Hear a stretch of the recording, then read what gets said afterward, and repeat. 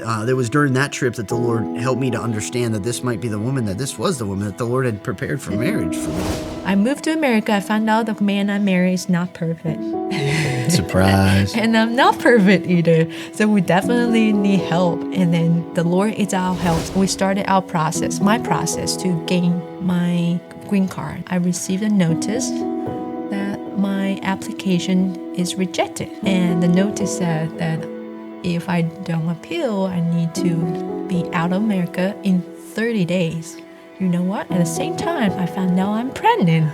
God's timing is like just perfect. Like I got my green card right before the baby was born. As the Lord's doing something in through our lives, like He's faithful to the details, and we're just faithful. We just need to be faithful to be obedient to Him. As you place Him in the center of your life, collectively, or center of your marriage, and center of your lives, individually, the Lord He holds it together.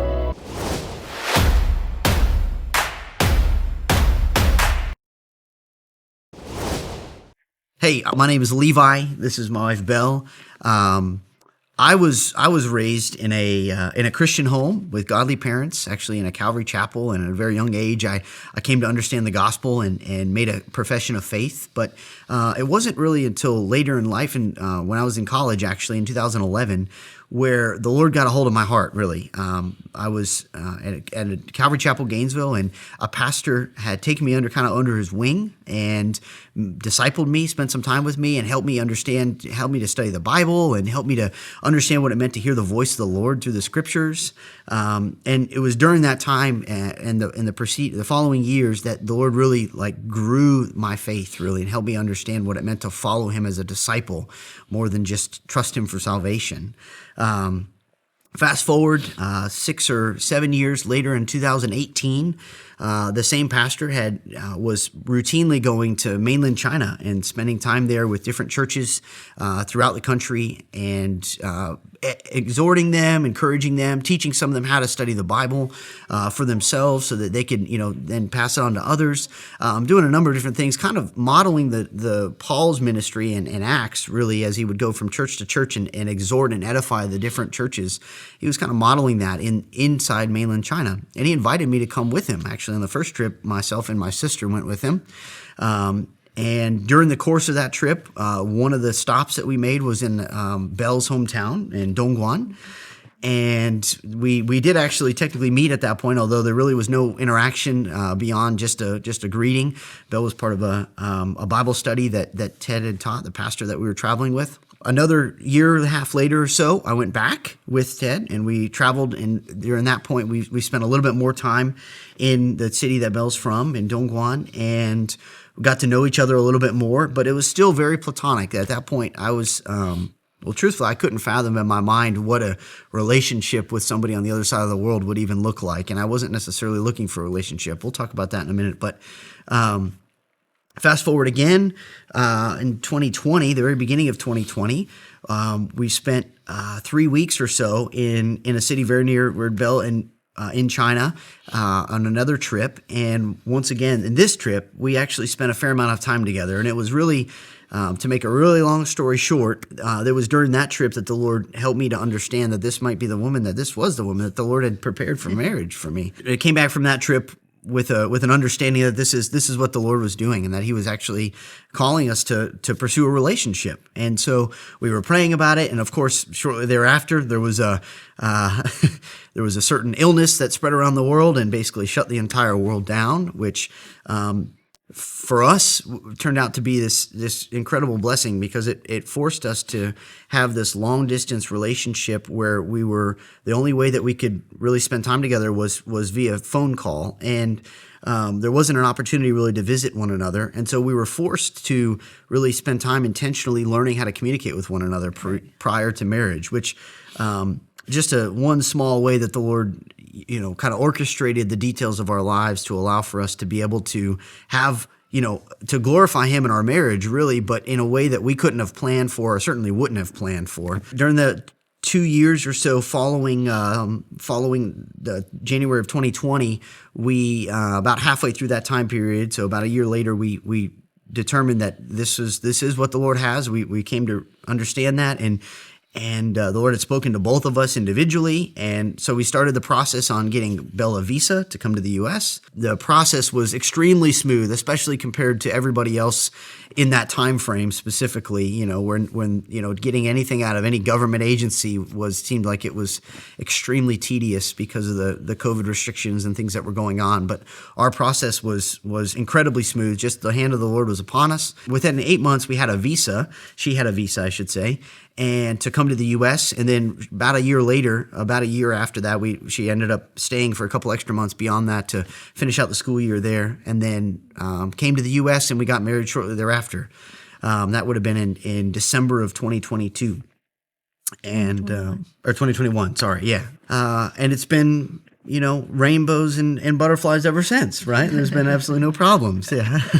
No, obviously not the case. The Lord's certainly been faithful through all of it, though. I was born in China in a non-Christian family. Prior to becoming a Christian, I chased after the world, but I found myself unfulfilled. I found myself, I was not pretty enough, have no money, have no good education, I don't have a good job, very hopeless. More important than that, I'm the third child in my family, and I felt unloved, most of the time. And in 2014, I got an opportunity to be a coworker with a believer. And how she is pretty honest, pretty upright, which is caught my attention. That's not what people do, honestly. They're trying to gain more profit than what people need. But she would not sell to customers what they do not need. So she's pretty honest, and she shared the gospel with me that there's a truth, absolute truth would not change, and I'm pretty curious. So she invited me to church, and I went with her. And that Sunday, I went to church. While we stepping in the room, they were worshiping. There was lyric on the screen. I can read the Chinese, but I did not understand what that meant. It said, Yahweh sitting on the throne as a king while the flood came. I did not understand what that meant, but I was crying. I was in tears. I could not stop. And I felt a pair of hands holding my heart, saying that you are loved. You are not what people say you are. You are valuable. So since at that point, I think I opened my heart to the Lord, and I let Him to be the Lord of my life and to be the Savior in my life. That was 2014. And fast forward, I ended up have a really good job in an international school in China, which is I also got into the international church, which were one of the places Ted and Levi visited. So that's how we came to meet each other in 2018. In 2018, I got to be involved the study there. But 2019, then we became friends. And at that point, I kind of have feeling for him. My mentor knew about it, and my mentor gave me a godly suggestion that I should not bring my debt into a relationship if I tend to have a relationship with this godly man. So he helped me. Fast forward to 2020. The third trip, they came on the same day. I know my heart. I like this guy, but I still have not paid my debt off.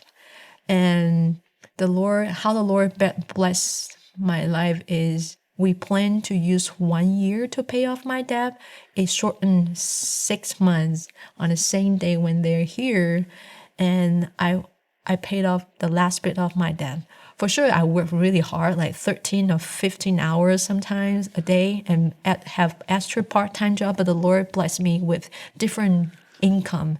So I think that's the preparation. Mm-hmm. The Lord helped me and blessed me to be ready, clean, to be step into the marriage.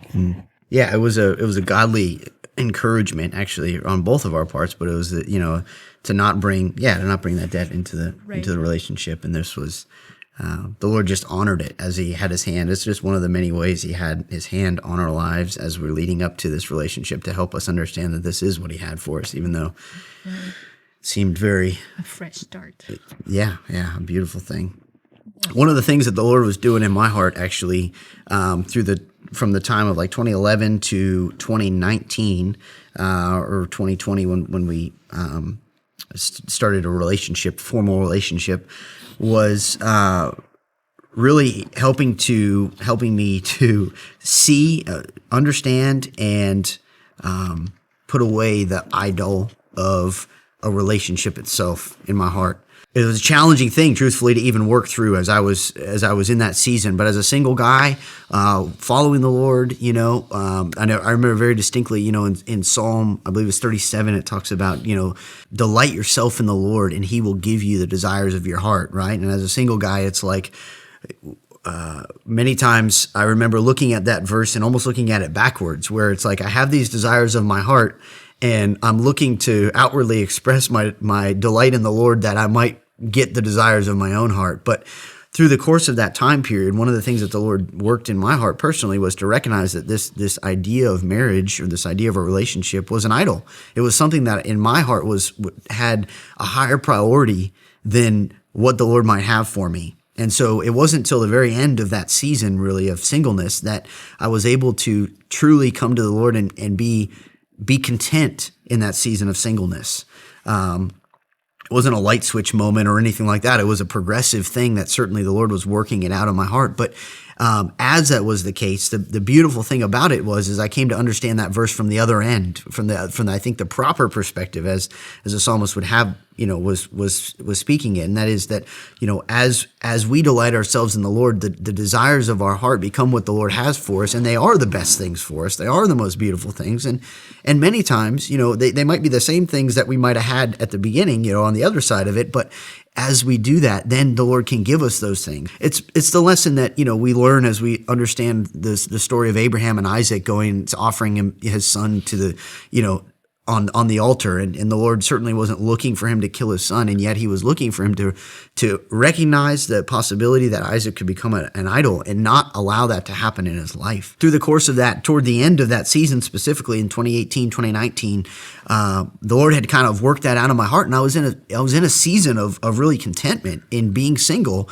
which truthfully was part of the reason why it was hard for me to fathom the idea that, wait a minute, I'm now supposed to be looking for a relationship, or this person might be, this young lady might be the person that the Lord has for me to marry. Truthfully, the beginning of the relationship I didn't handle in a very gracious way. I was pretty just dogmatic and hard and fast about how we. Pretty hard to get. Yeah, I played very hard to get, and it wasn't intended to be, emotionally hurtful, but it was definitely being very careful with my emotions and hers. But the beauty in all of that, I guess the thing that I think the Lord showed me very clearly was, as a single guy, I was very, I spent a number of years really kind of spinning my wheels, looking to try to have the Lord bless what I wanted in my own life, which was a relationship. And yet with the way that I saw it, specifically, or the way that I could see the Lord maybe blessing it, when in reality the Lord was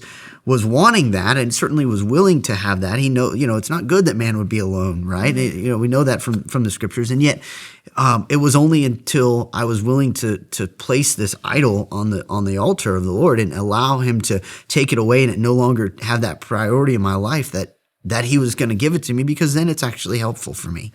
And so as a single guy, I guess I look back and I wonder, man, if I would have been able to grow through that season quicker, would that have been less painful? But certainly the Lord's faithfulness in it all, I don't regret it. But I do, it is an exhortation to my single self, back in 2016 or 2015, and to how I might approach that. So I moved to America.